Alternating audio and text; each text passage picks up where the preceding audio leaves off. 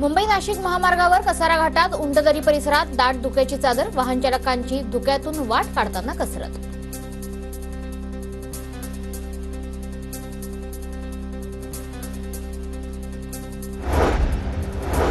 गोंदियातील शिरपूर धरणाचे 7 दरवाजे 1 फुटाने उघडले। देवरी तालुक्यात मुसळधार पाऊस कोसळत असल्याने शिरपूर धरणात पाण्याची आवक वाढली।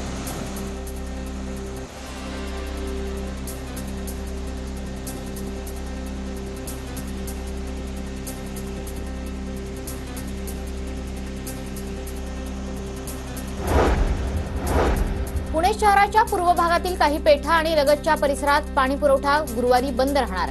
पर्वती जलकेंद्रांतर्गत जलवाहिनीतून होत असलेली गळती थांबवण्यासाठी पाणी पुरवठा विभाग बंद।